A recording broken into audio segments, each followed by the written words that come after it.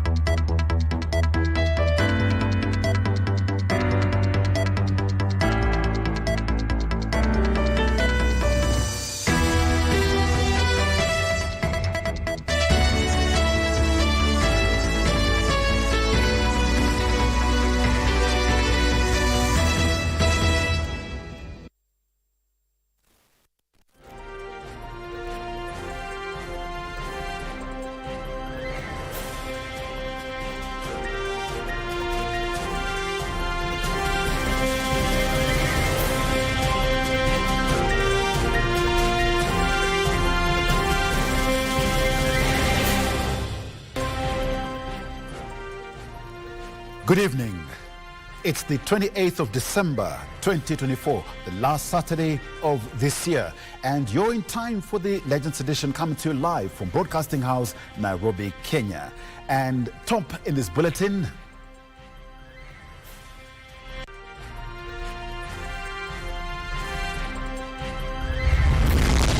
maneno ya kuharibu mikutano ni maneno imepitwa na wakati. Prayer meeting frame. A prayer meeting in Nyandarua is disrupted as former DP Rigathi Gachagua faults police for allegedly playing politics.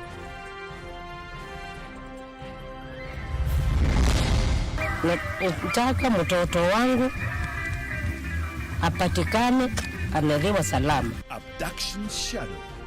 Family in agony as search for Bernard Kavuli, allegedly abducted in Ngong, continues. And Safari Rally 3, WRC Safari Rally Kenya shifts routes for the March 2025 rally.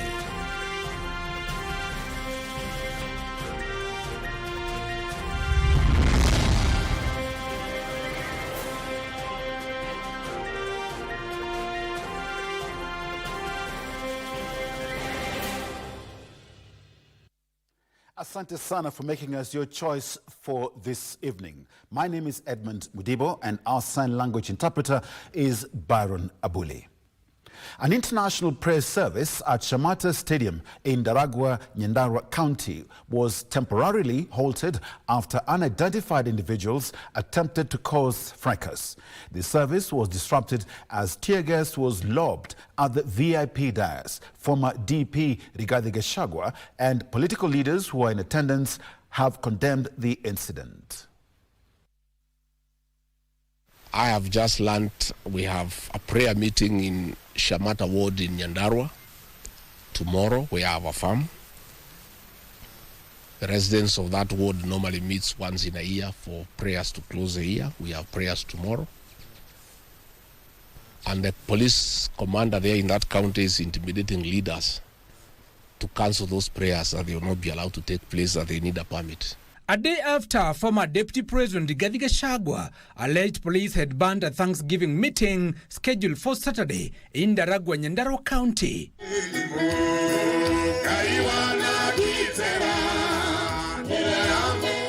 The meeting continued.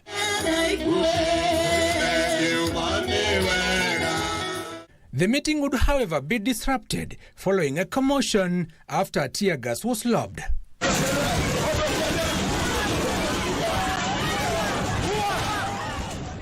This prompted the evacuation of the leaders from the dais, including former Deputy President Rigathi Gachagua and the clergy, to safety. The meeting would later resume amid an easy calm. Gachagua condemned the fracas, faulting the police for allegedly being used to settle political scores. Hii maneno ya kuharibu mikutano ni maneno imepitwa na wakati. Na hata mkiharibu mikutano, hii watu wako nyumbani na kura zao wanakaa tu. The furious leaders vowed to lead the region out of the UDA party and join a new political vehicle early next year in readiness for 2027 polls.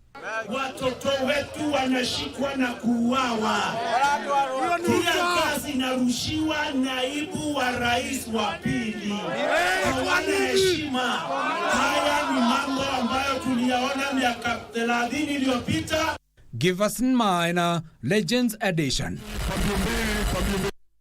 Residents of Kalama Muyo in Mwingi North held a peaceful protest in solidarity with the family of Bernard Kavuli, a fourth-year student allegedly abducted in Ngong town. His distraught mother, that is Kalima Kavuli, is in agony, pleading for her son's safe return or formal charges to be filed if he is accused of breaking the law. Our reporter Abduction Hashim provides details of the family's desperate search, which despite the festive season, their spirits are far from celebratory. Human rights group report at least 7 abductions in December across the country. But for the family of Bernard Kavuli, he is not a statistic. He is their son, brother and child, whose whereabouts remain unknown as they desperately seek answers. Mama wa Bernard Kavuli. His family, who reside in Kalambamuyo area of Momoni Ward, Mwingi North, say their son, who is a fourth-year student studying journalism at the Mount Kenya University, was unable to join them for Christmas, dampening the festivities as they sought answers on his whereabouts. Nataka mtoto wangu apatikane, anadhiwa salama. Alipomaliza mtihani wake, sasa zitaka akiwa amemwita kwa mahali wanauzia nguo, aenda akamsaidia kwa sababu alisikia mbaya. Akamatwa tarehe 22 na ukamatwa tarehe hiyo 22 mpaka wasai ameipata mahali hapo. The mother, Kalimi Kavuli, who could not hide the pain of not knowing where her son is being held, is calling for quick answers. Sasa si tunaomba serikali ituletee mtoto wetu kwanza akiwa salama na akiwa hai, kwa sababu yeye hakuwa kwa maandamano. Yeye ni pastor kwanza wa New Apostolic Church, ajapewa ile kikombe, anajua kubadilisha na hata kuwekelea watu mikono, na akuja nyumbani anakuanga pastor kwa kanisa fulani. The family say it is convinced the state has their son, calling for his immediate release.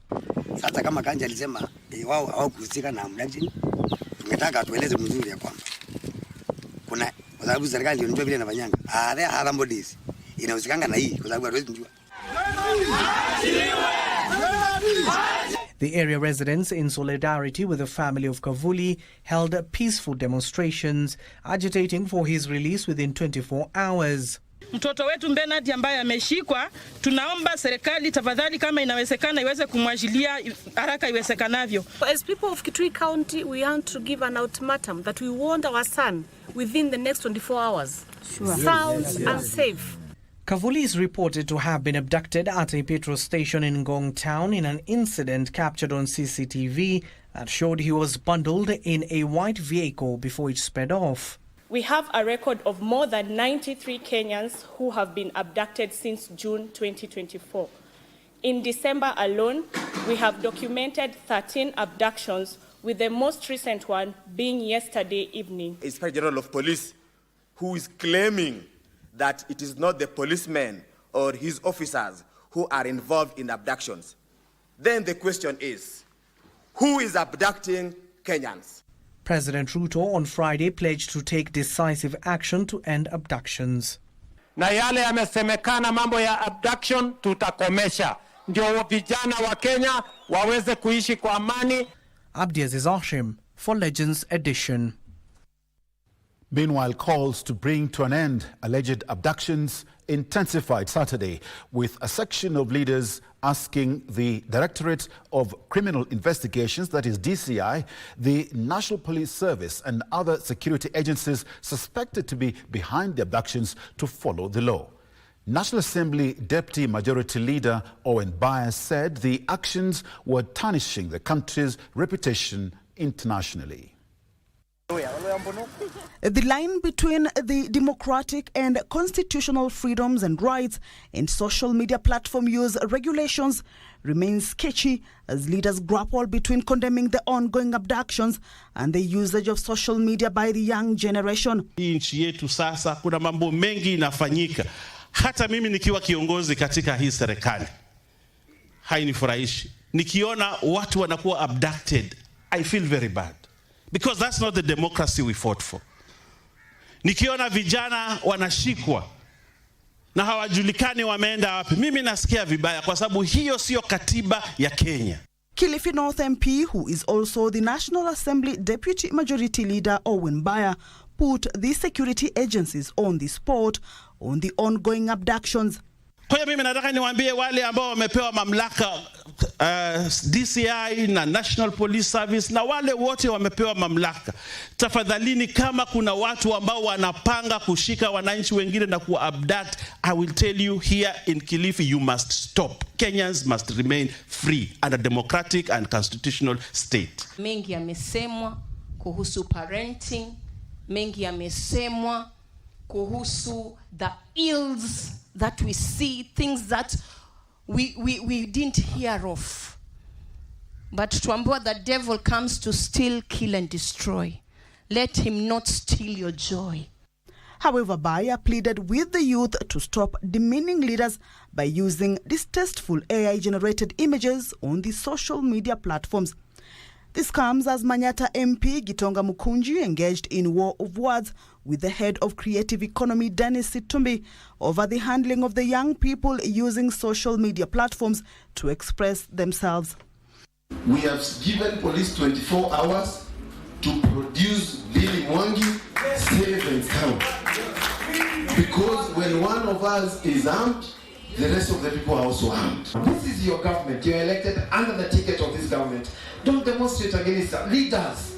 Lead all of us and we will come behind you to go and visit the family, to go and support them, to go and sing with them, to go and worship with them. So that then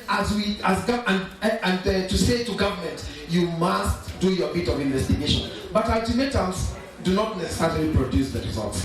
Kamche Menza for the Legends edition.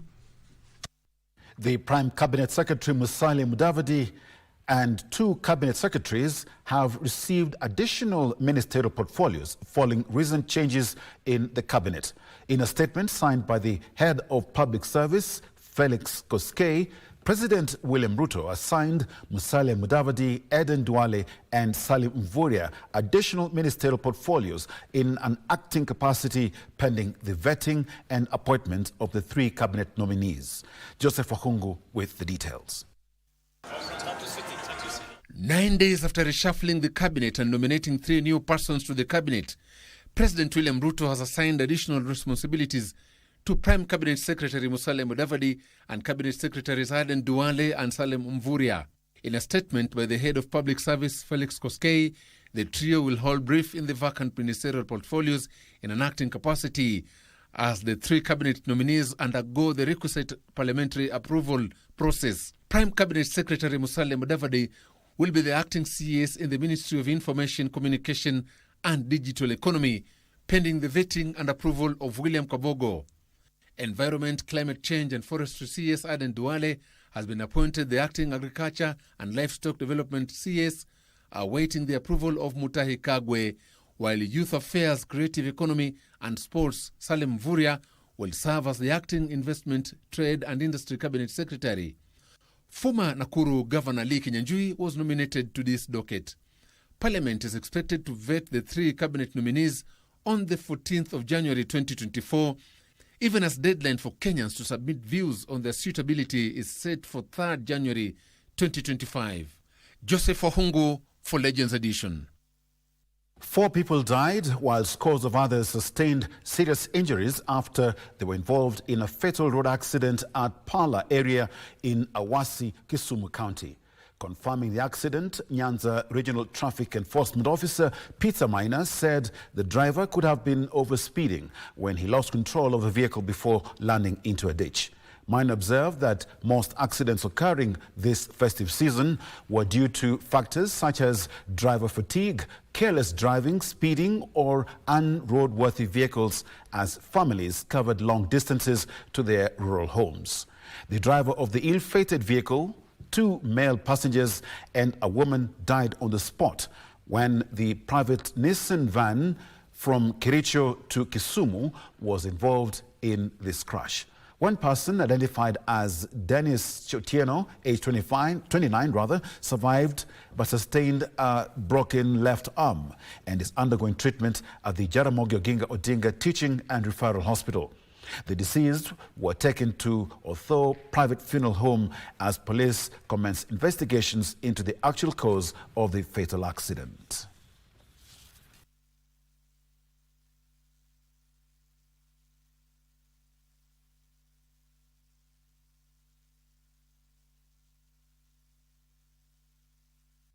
Public Health Principal Secretary Mary Muthoni says the government has disbursed 1.75 billion shillings to settle the salaries and allowances arrears of doctors and intern doctors that accumulated since 2016.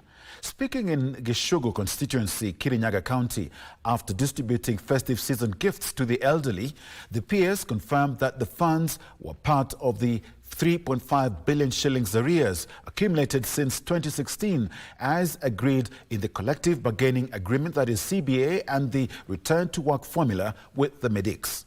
Additionally, she says the government will ensure the balance is paid within 2 years to ensure health workers receive their payments without further delays.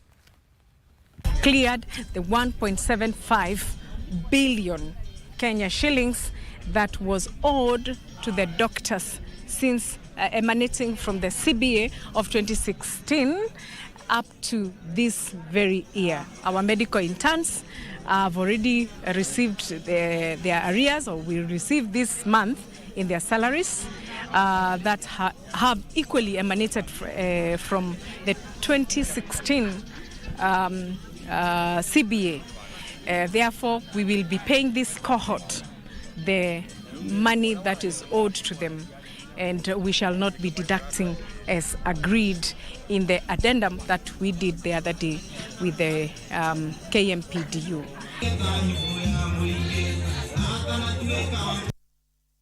The leadership wrangles at the East Africa Portland Cement Company persist after the board wrote to the Cabinet Secretary, Ministry of Industry, Trade and Investment, seeking to have the appointment of Bruno Oguda Obotha revoked. In the letter, the board cites emerging issues that indicate Obotha has done business with the cement company as well as engaged in fraud.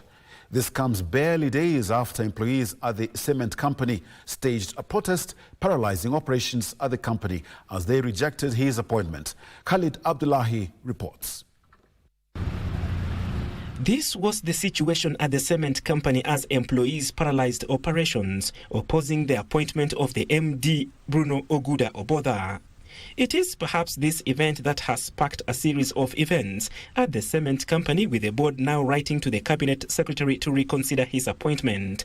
In a letter signed by the board chairman, Brigadier Retired Richard Mbidi, the board indicated several emerging issues referenced to circular reference number OP CAB 91A, dated 20th April 2022, issued by the Permanent Secretary to the Cabinet and Head of Public Service, indicating the appointee was doing business with Portland and he was involved in fraud. The board further exonerated itself from any blame, saying by the time it submitted his name among the 3 successful applicants for consideration and appointment, they were not privy to the information. On 23rd December, EAPCC workers shut down the company's Athi River plant, protesting against the appointment of Obotha. The operations in the plant have since resumed, even as the court declined to stop his appointment. The United Democratic Alliance Party members in Kagan Ward, Rangwe constituency of Homa Bay County, are raising concerns over what they term as poor governance by the branch office bearers. Tilio Marco with the details of the political scene as political parties continue with grassroots mobilization. Members of the United Democratic Alliance Party in Gongo Village, Kagan Ward in Homa Bay County staged a protest in the area accusing their leaders of frustrations and intimidation. The members blame them over what they claim is mishandling of the recent party grassroots elections in the ward, calling on the national leadership of the party to intervene. Today, we are declaring and we are telling Dr. Evans Kidero, Raymond Omolo, and other party organs to come and rescue Kagan among this greedy leadership. We are the people who brought this party, and we are the die-horse of this party. We've been mobilizing people with our resources without any massive support from other colleagues. And because we are being intimidated, we are being frustrated, and today we are declaring that we'll never give a room to someone with the ghost of corruption and ethnicity among the others. Meanwhile, the vibrant Democratic Party of Kenya has officially launched its grassroots membership recruitment drive as part of its preparations for the 2027 general elections. The party leader Hezron Awiti Bolo, who is former Nyali legislator and the party Secretary General Ella Makoa, say the initiative is aimed at strengthening the party's presence across the country. Mimi nataka watu wengine watatu wasimame nyuma yake na tuweke VPP katika woti ile. So mimi nataka kuwaomba kwa heshima, VDP kama mnaweza kutupea zawadi, lazima mtupe MCS waine hapa. They were speaking to supporters in Kendu Bay, Homa Bay County. Tilio Marco for Legends Edition. Well, it's time now for our very first break, and we beseech thee to stay with us. Plenty more on the other side.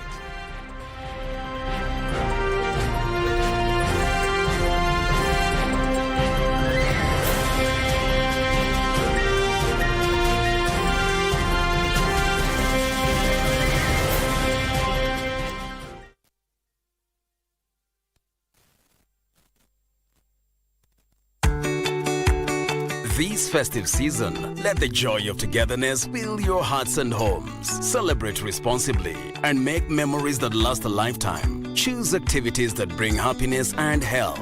Avoid alcohol and drugs in this festive season. We're working together to ensure everyone's safety. Report illegal alcohol and drug activities in your area. This festive season, let's protect what matters most, our lives and those we love. Celebrate responsibly.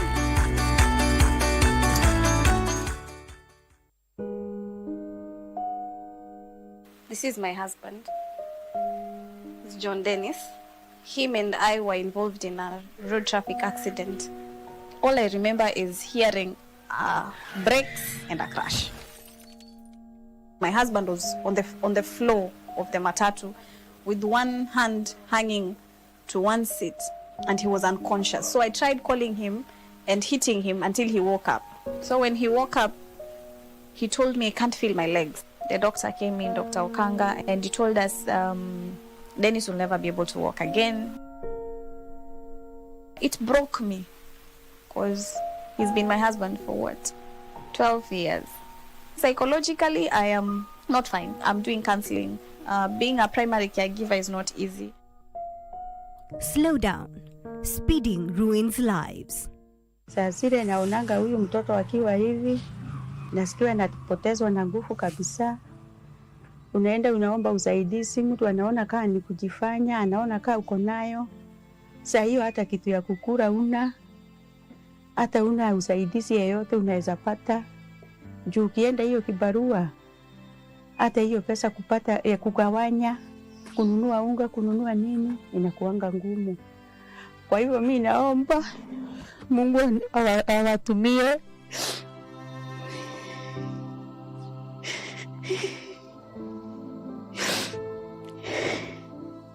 juu nimefika mwisho.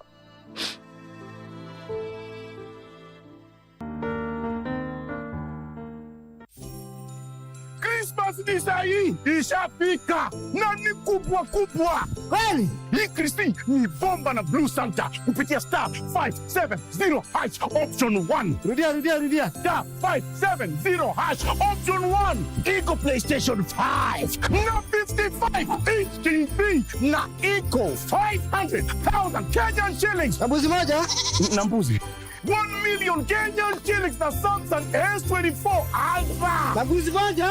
Iko 2 million Kenyan shillings na iPhone 16 Pro Max. Nakuzibili. Blue Santa amekuja na zawadi kibao. Nani kubwa Hapa kuna ndogo ndogo. Hapa Christmas ni bomba.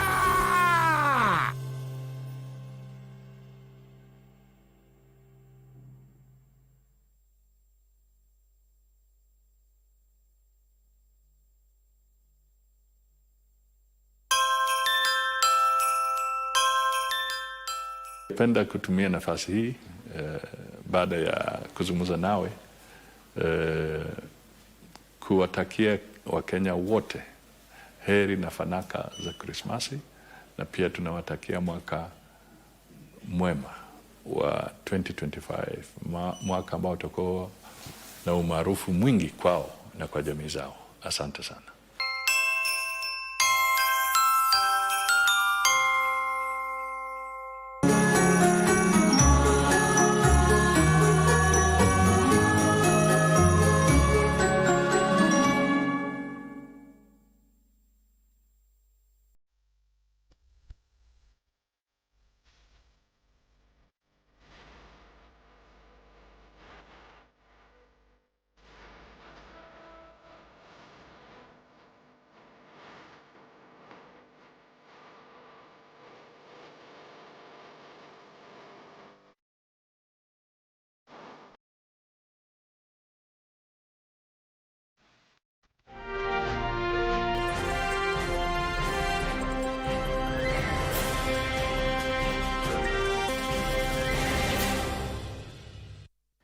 Welcome back, and thank you for keeping it Legends Edition. The year 2024 witnessed the widespread displacement of families, destruction of infrastructure, disruption of education, and even loss of lives, largely due to the heavy rainfall witnessed in the country. Impacts of climate change were also felt by a majority of Kenyans, with many complaining of unusually high temperatures early into the year. Here is the wrap. The year started with unusually high temperatures that so many Kenyans complaining about it. Na hii weather ya Nairobi venye iko saizi imechange totally, sika kitambo. It is very hot.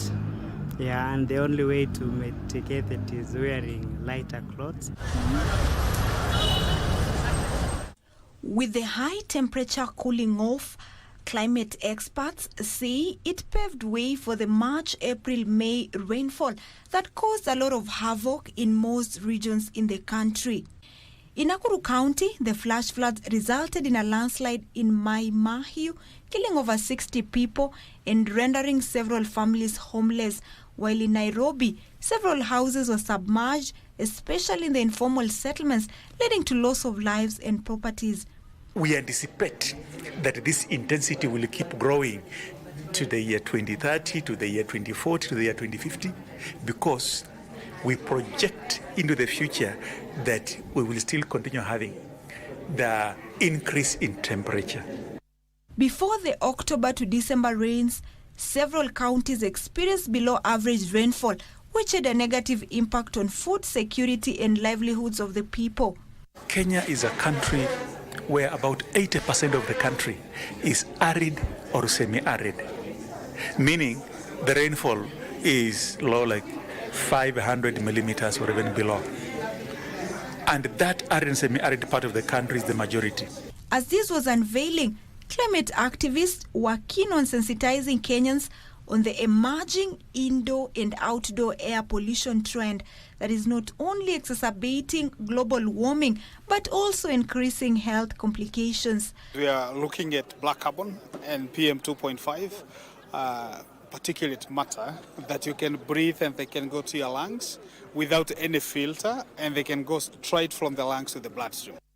This culminated to the yearly UNFCCC Conference of Parties, the COP29, that was held in Azerbaijan, and Biodiversity Conference held in Colombia, with the developing countries demanding for loss and damage compensation from the developed countries who are the highest polluters. So far, it has not been operationalized. So we want to see that from this conference, it must be operationalized, because since then we have had a lot of the distractions. Storms, hurricanes have hit everywhere.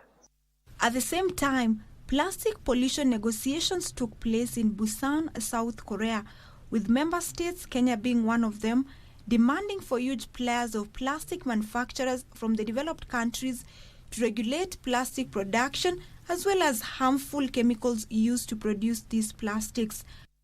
Our economy depends on wildlife, depends on agriculture, and this plastics crisis is literally affecting these major economies. And so if we don't cut down plastics production by now, then definitely we're going to have a detrimental future for our kids and everyone else who will be in that generation. While this was happening back home, the new Nairobi River Commission that was put in place in February this year was tasked to clean up River Nairobi and its tributaries to be plastic and pollutant free within 24 months. A move that has had a spiral effect, with the Nairobi County government taking up the initiative of ensuring private developers who have put up buildings on riparian lands are held accountable. Hapa ni parklands. Mtu ameamua tu kujenga juu ya mto, akadivert mto kwa wale ambao majirani zake ambao anajua hakuna kitu watamfanyia. Angalia vile maji imejaa kwa nyumba zao. Ameamua tu amedivert mto. Yeye amejenga nyumba yake kubwa vizuri, anajua maji itaingia, but neighbors are suffering. So as a government we are here to take action. Aweze kusonga 30 meters away. At the same time, the government was put to task to explain the clearing of parts of Karura and Gong Forest amid allegations that the said sections had been surrendered to private developers. The Kenya Forest Service now have started implementing the participatory forest management plan, where every year we remove the plantations trees, 5 hectares every year. Opicho Chemtai, 2024 in review.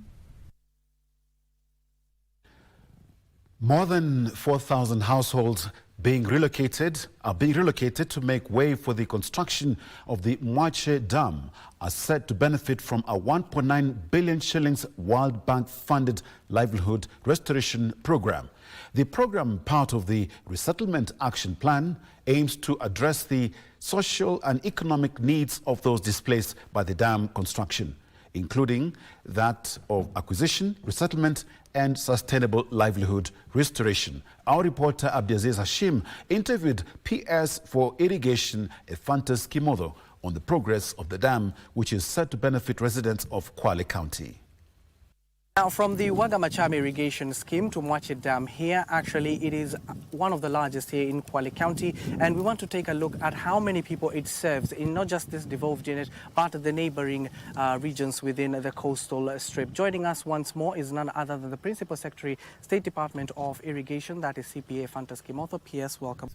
Thank you for visiting Mwache. How did we get here, and some of the challenges, because not all communities are very receptive to mega projects that are being undertaken in a land that they have resided for a number of years. So as a government, through your partners, how were you able to reach and overcome those challenges? We had quite a number of challenges, which actually we've been able to overcome, and that's why you can see this massive progress from 4% to 20%, which what we have currently. One of the challenges we had was land compensation. As I said earlier, you realize this land had not been adjudicated. So the first thing we did, we got them lawyers, succession lawyers, who helped in that. And so they ended up getting titles. After getting titles, we could be able now to do evaluation. So after that, the other challenge was now them being paid. And that again was a big challenge. And also we came up with a payment plan, starting with the priority areas. That's why we had to divide it, because we're talking about 5,000 acres. So we say, because we wanted to have the dam going on and at the same time people competition going on, so we came with a plan of payments. And this priority area 1 and 2 is where you can see the main dam and the lower check dam. Then priority area 3 is mainly where we're going to be impounding water, and that will be happening from Feb 2027. So, but still, we have a payment plan whereby we're going to pay them by June next year. So all of it was 4.6 billion. Out of the 4.6, 1.6 has already been paid. Then the balance 3 billion, we just got the final evaluation from NLC like 2 months ago, And out of that 3 billion, so far we've already paid 1 billion. So we are remaining with 2 billion, and the 2 billion, we've gotten a confirmation from Treasury of an additional 600, so which again we'll start paying from January, Feb. Then after that, by March, we have done what we call an adjustment of the finance agreement with World Bank for the 1.4. So again, we are sure you'll also be getting that money again for March, so that by June they're all paid. So we just want to make sure that that will be a seamless flow, because also there's a process that LLC takes before they pay. So that was the first challenge, and that I think now is 100% done. And also the other thing is also communication. We've had a lot of engagement with, we've actually gotten a social specialist, a communication specialist, and also we've engaged them in every step of the way, also showing them the benefits that this dam will bring to them.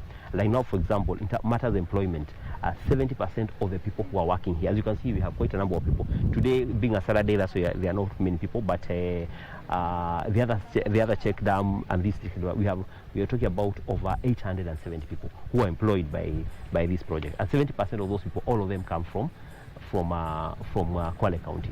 And we've also ensured that every community, we have a community liaison leader. So whenever you're doing recruitment, they are there to ensure these are actually people from Kwale. That's what the other issue that we did. Then also there are some schools which not really affected by the dam, but they might be affected by the dust when the dam is being built. That we have Fulgani and Kunguni Fulgani Primary School and Kunguni Primary School, and also ECZ. So all those schools now, we've actually, again, in this particular project, we've done, we're going to do new schools.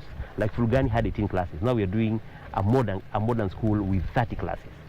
So again, those are some of the benefits that the community has done. Then again, also, we've actually urged the contractor to establish a CSR system, whereby we'll be giving bursary every January. When the project is ongoing, we'll be giving bursary to the community around here. Again, that again will be that is cutting around Mavumbo and Kasemeni wards, whereby those are the two areas that the dam has actually affected. Then even in terms of matters irrigation, in the lower check dam, we've also added another component of solarization, using solar to pump water and use that water for irrigation. So we intend to do 1,000 acres of irrigation in that area. Again, we're also going to do 10 water pumps. This area, again, we have a lot of lagers flowing. So we'll be impounding those lagers. We'll be doing check dams so that we can impound those lagers and help them do agriculture and also do fodder for their livestock.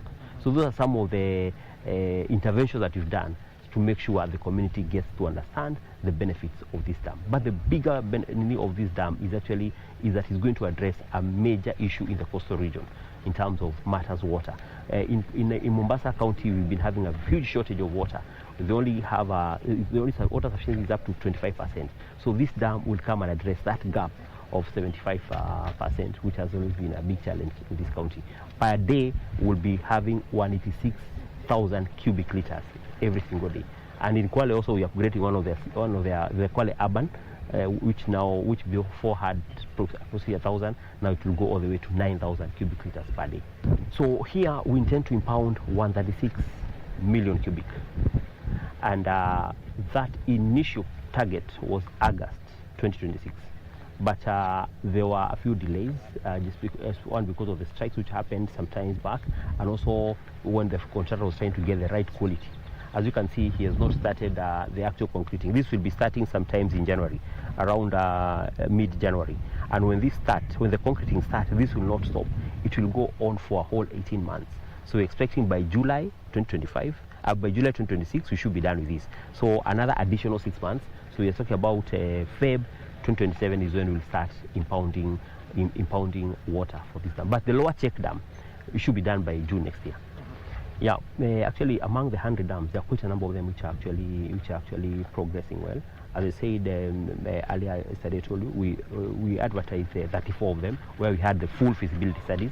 The other 66 dams, we are currently doing a detailed feasibility study just to make sure that by the time we come to the market, they also are commercially viable, because most of them we are doing using PPP. Then out of the 34, State Department of Irrigation has 12. And of the 12, this is one of them. And we have also Swemuruni, which is also progressing very well. We have Boso Dam, which His Excellency the President will be launching sometimes early next year. We have Radat Dam, which is also progressing very well under PPP. We have Lowat Dam. We have Gongo Dam. We have Dusi Dam. We have quite a number. And all of them, they are progressing very well. In short, we are looking at like next year, might be an year of dams in terms of groundbreaking and handing over some. So I can say that is progressing very well, and that is actually the only way we are going to address the issue of food security. Because food security, because of the issue of climate change has happened, we realize that we can no longer depend on the rain-fed agriculture.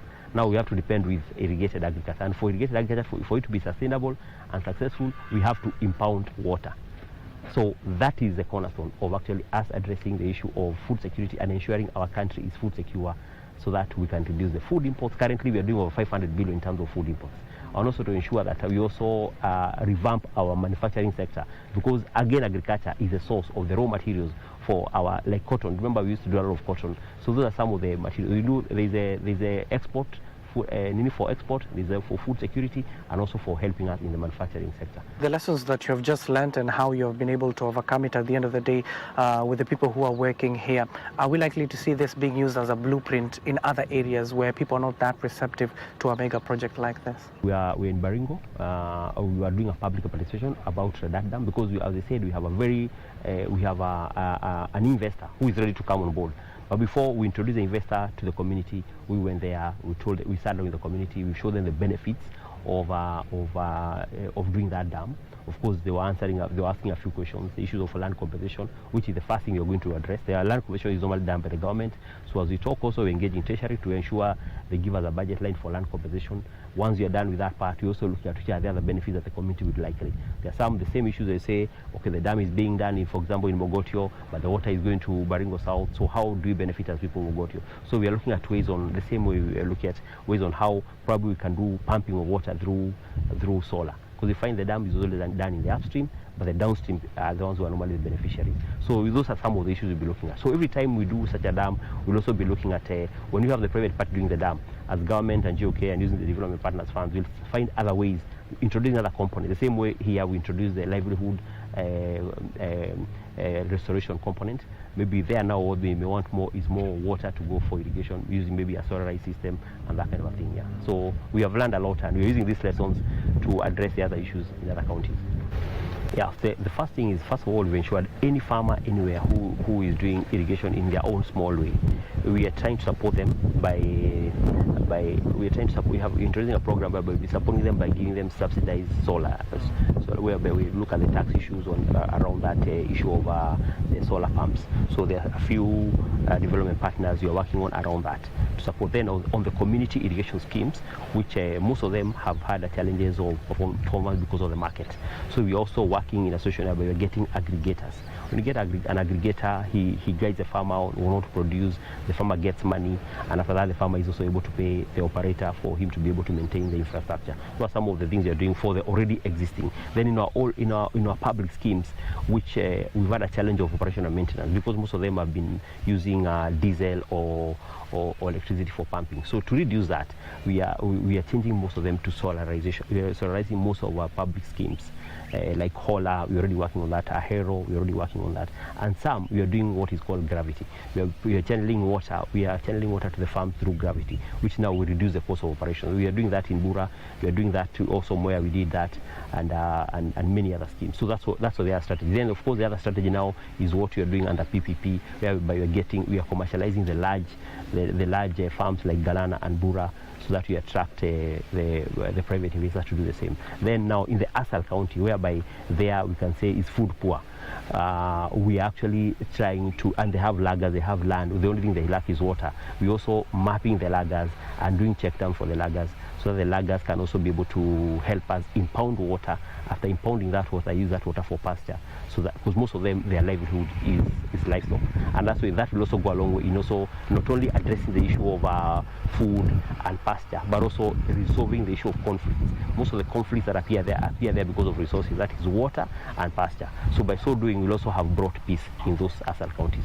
So that's a bigger plan, and for us to do all that, that whole plan encompasses around 1 million acres. For us to do that, we also have to do impounding of water, and that's why we have a big plan of also water storage. Like I talk about this one here, we said you're going to impound on that 6 million cubic. When I go to Galana, we're going to impound another 350 million cubic. When I go to Radar, the one I just mentioned, we're going to do to impound another 124 million cubic, and that cumulatively, that's why I talked about as how we have a plan of impounding over 1 billion cubic liters. And for that for us to do all that, do impound over 1 billion cubic liters of water and do 1 million acres of irrigation, all that requires resources. And that you're not talking about anything less than 1.5 trillion. 1.5 trillion, in the current budget we only have 20 billion, for example, per year. So you talk about the next 10 years or the next 8 years, that's around 160. So you see, you're talking about approximately 10%. So the whole 90% we have to look for a way. And one of the easiest ways, one of the innovative ways of doing that is through PPP and through climate funding. And that's why we are at the forefront in working with private parties to ensure we resource mobilize through PPP and through climate finance. You've heard it. It's not a matter of if, but when the 100 dams are realized at the end of the day, so that to ensure farmers and residents who are living across or even along these major dams that are being built across the country to not only depend on them for water, which is a very vital resource, but at the end of the day to engage or practice farming. From Mwache Dam, Kwale County, my name is Abdiaziz Hashim. Back to you in studio. Thank you, Abdiaziz. Well, it's time for another break, but stay with us because sports news is with us after this break. Stay tuned.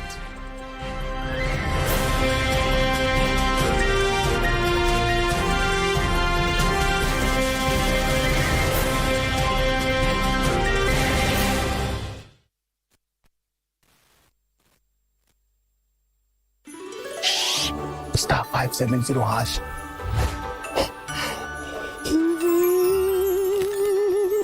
Option 1 kuna PS5 na ni full package na inakuja na JBL Party Box.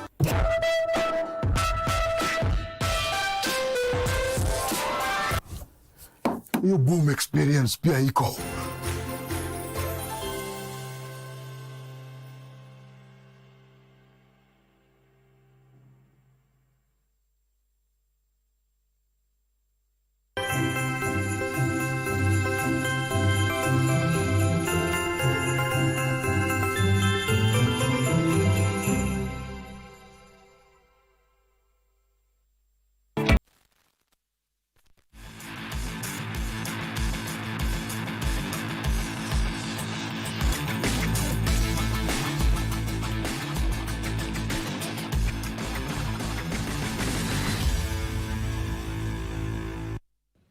The national soccer team, Harambee Stars, reported to camp today to start preparations for the Mapinduzi Cup scheduled to take place from the 3rd to the 13th of January 2025 in Zanzibar. This comes a few days after Francis Kimanzi was appointed the interim coach, with a provisional squad being named for the 11-day tournament. The squad that reported to camp includes a blend of experienced and emerging talents, among them Ryan Ogam of Tusker FC, Francis Kahiro of KCB FC, and Benja Nyamwai of Bandari FC. Midfielders Marvin Nabwire of Kenya Police and Boniface Mushiri of Ulinzi Stars. Defenders Alphonse Ombija and Gor Mahia, Baron Ocheng of Sofapaka, and Ronald Sichenje of AFC Leopards, and goalkeeper Sebastian Wekesa of Karibangi Sharks, among others. The team will leave the country next week for Zanzibar, where the Mapinduzi Cup will be held. The tournament will also act as a build-up for the next year's Africa Nations Championship, which will be co-hosted by Kenya, Uganda, and Tanzania.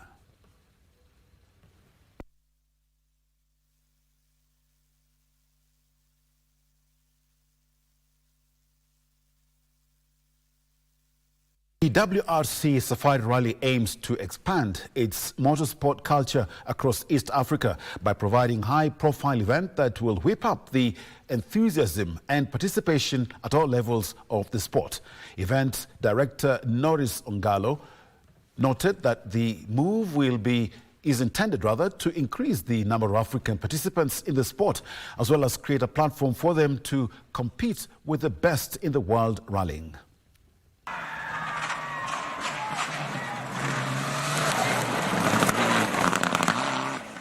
This is a platform that East Africa can showcase the best of their drivers within the various countries. So we have a plan and a program that we are working together with sponsors to attract drivers from Uganda, Tanzania, Rwanda, and Burundi. Having said that, you have to remember in 2025, the proposal is to run WRC and ARC together. So this will be a very good platform for any driver who wants to run ARC and enjoy the fruits of having participated in a WRC.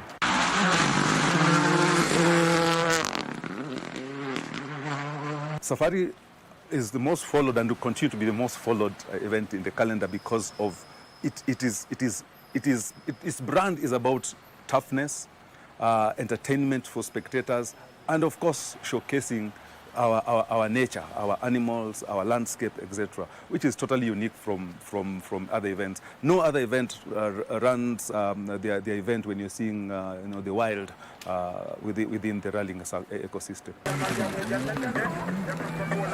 Safari being what it is, it's unpredictable, and whether it's rain or dry, it will always be tough. Of course, rains come with their challenges in regards to getting ready. That means we need to go in and see which are the areas that have been damaged.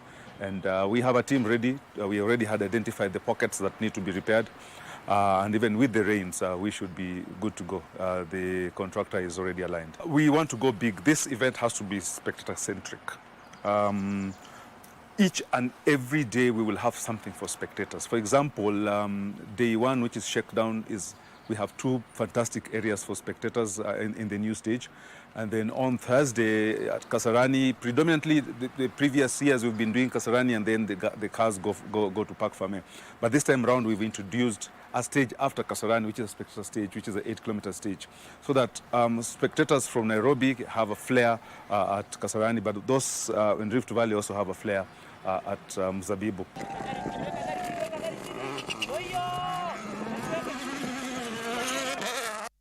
Moving now to tennis news. Kenya's tennis star Angela Okutoi is optimistic of registering good results in the forthcoming W35 ITF Women Only Tour set next week at the Nairobi Club. Okutoi, who has been intensifying her training at the Nairobi Club, has expressed confidence in her preparations, adding that she'll be going for nothing short of retaining her title, which she won last year. She also won the doubles with Sada Imani of Burundi.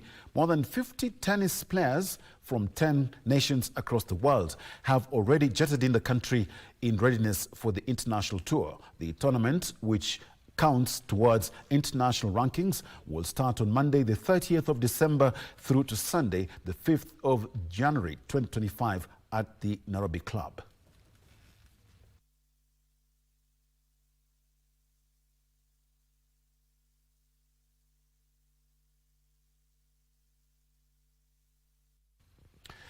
Going back to football, holders Blue have progressed to semi-finals of the Ease Akida Foundation football tournament after they beat Jupiter Youth 3-1 on post-match penalties in a tough quarter-final duel played in Koromoni, Kilifi County.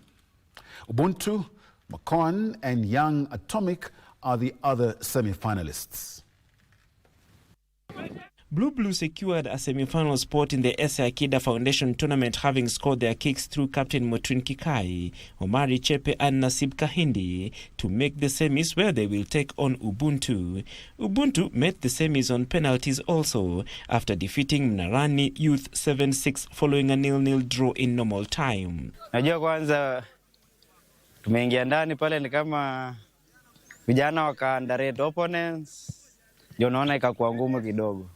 Lakini najua next game tutaiset na itakuwa fit. In the other semi, Mekoan, who thrashed Kilifi United 3-0, will take on Young Atomic, who also had to rely on penalties to see off Kilifi All-Stars 3-1 after a 1-1 draw in regulation time. In the ladies category, Kilifi Elite will take on Kilifi Ladies, while 11 Commandos, who finished second in their pool, will take on Majajani Queens, who topped their group having won all their matches. The men's category attracted 8 teams and went straight to quarters, while the ladies category attracted 5 teams, which was split into 2 groups. Tukiingia finals, hiyo nayo pia I think so kuna possibility kubwa sana, kwa sababu game yenyewe wenye tumecheza nao it's like wachezaji kiasi tu wametense, ndio maana tukawa hivi, but tukawa position 2. But yani ukiangalia tu hivi tuna manage kuingia finals. Growing up nimecheza bila tournament. Grow up tu naweza cheza mpira, lakini I've never participated in tournaments, in leagues, but I still manage. But again, I know how important that is to have such activities, because this is where we nurture and mold the young talents to get to reach and play in the better levels. Meanwhile, Endereti Man City defeated Endereti Barcelona 1-0 in a friendly match at the Endereti Secondary School to celebrate Interior PS Raymond Omolo's birthday and display some of the available talents from Bokimoge Ward. The reason as to why we want to invest in nurture talent is to ensure that young persons spend their time constructively. They do not spend their time in issues of drug and substance abuse, and that is why we want them to actually find time to play football amongst other games so that their time is well spent. Leo tumeleta jezi, tumeleta mpira, tumeleta vitu mingi ili vijana wawe kitu kimoja na wawe engaged. Na talent pia, we are also tunaangalia pia talent. Vijana ndio watasaidia Kenya kucheza kwa Africa Cup of Nations in 2027. Michael Otieno, a sports officer in the Interior Ministry who represented the PS, stressed on the urgent need to engage the youth in sports for their own benefit, clarifying that Omolo was concerned with sports development as opposed to donations of items. 2024 was an outstanding year, has not been an outstanding year for Kenyan football teams as they got to play at the international level, where two that did it made the country proud. The under-17 girls national team made their historic debut at the FIFA World Cup, a first for a Kenyan team, as the national under-20 boys team qualified for the Africa Cup of Nations. Harambee Stars also managed to win the Four Nations tournament in Malawi. It's a warm afternoon in Santiago as Korea DPR prepare to take on Kenya in Group C. The Kenya under-17 girls team qualified to the World Cup in the Dominican Republic, and although all did not go so well, the team managed to win one group match against Mexico, winning 2-1. Chair again, Cherim Jong. She scored again, So Rio Young. It's 2-0. And once again, Velma Abuere can only watch. Too high for the goalkeeper and headed in. It's the captain, Ri Kuk Yang. The Kenyan team began the tournament with a 2-0 win over England in a game they missed a host of chances. They went on to lose 3-0 to eventual champions Korea DPR before they won their third game against Mexico to come home with a victory in the bag. Korea won the tournament by beating holder Spain on penalties after a 1-1 draw.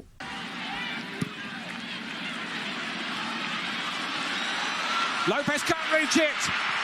They're back on level terms, Korea DPR. Jonil Jong. Brilliant from Commander Dor. Sarato. What a save that is by Pak Ju-kyung. It's finished, and that means penalties.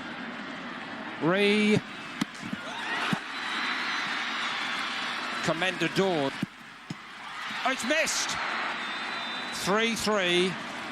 Kang has done it! Win on penalties. Korea DPR take the trophy and the glory. They take it all and then enjoy these moments for the rest of their lives. National soccer team Harambee Stars were not left behind, and although they failed to secure a place in the Africa Cup of Nations, they won the Four Nations tournament in Malawi. They won the tournament after beating Warriors of Zimbabwe 3-1 in the final in Lilongwe, with Michael Olunga scoring the 3 goals. Zambia finished third in the tournament after beating Zambia 2-1 in the third place playoff. It was Kenya's 5th win against Zimbabwe in 11 meetings, with 5 of those ending in draws, while Zimbabwe has only won once. Bottom side, Monza lost 2-1 at the 14th placed Palma to stay. Bukayo Saka will be sidelined until at least March next year, following surgery on his hamstring in his absence. Fixture without Saka, who tore his right hamstring in their 5-1 win against Crystal Palace last weekend. Goes one way. Good running by Martin Odegaard. And still! There. The lower one, Declan Rice! Oh, blocked! Caught it beautifully, but... And still, Marino! Saved, Trossard couldn't get on the rebound. Still... It is being checked by the VAR assistant. For Kai Havertz! Timber, now chance to be direct. Jurriën Timber! Did well there, okay. Rice's delivery. Like we said, it's time for us to say goodbye, but we urge that you celebrate the end of the year safely. Stay well, stay safe. Our sign language interpreter has been Byron Abuli. Good night. God bless.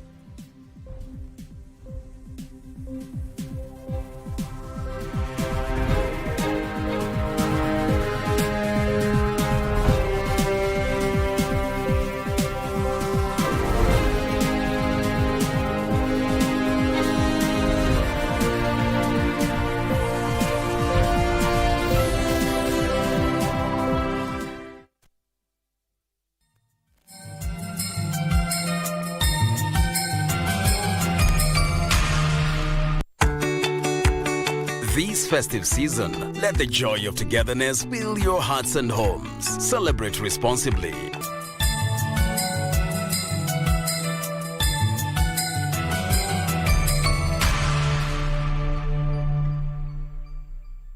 Report illegal alcohol and drug activities in your area. This festive season, let's protect what matters most, our lives and those we love. Celebrate responsibly.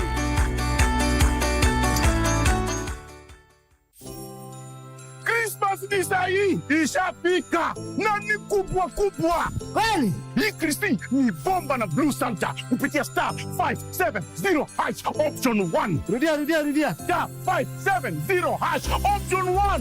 Iko PlayStation 5 na 55 inch TV na iko 500,000 Kenyan shillings. Na mbuzi moja? Na mbuzi. 1 million Kenyan shillings na Samsung S24 Ultra. Na mbuzi moja? Iko 2 million Kenyan shillings na iPhone 16 Pro Max. Na mbuzi mbili. Blue Santa amekuja na zawadi kibao. Na ni kubwa kubwa. Hapa kuna ndogo ndogo. Hapa Christmas ni bomba.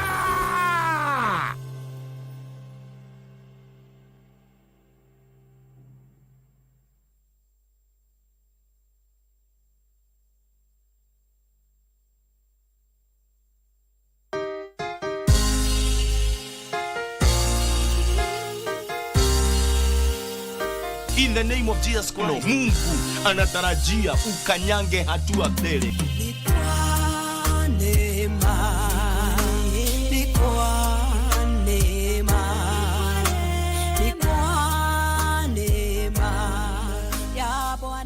Wengine wametawaliwa na uchawi, wakati wao umefika. Wewe umenitazama siku ya leo. Neema na kibali cha Bwana kikawe juu ya maisha yako.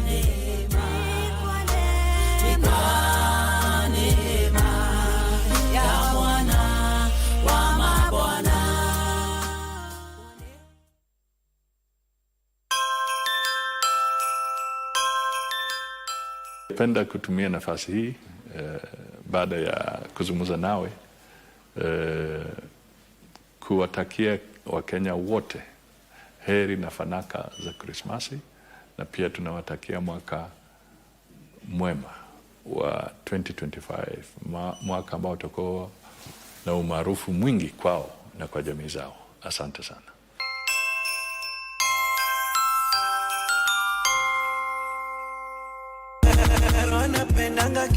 My name is DJ D, and on the ones and twos is DJ Leo. We bring you the best of African entertainment. From Afrobeat to Amapiano. Daddy, me I want to party. Genge to bongo. Rusha mikono kama unaona uko tipsy. Rusha mikono kama maisha iko fiti. And zouk to kwaito. With me for party. And not only that, Anything juicy in the entertainment industry, we give it to you. Catch us every Sunday from 2:30 to 4 p.m. Only on KBC Channel 1.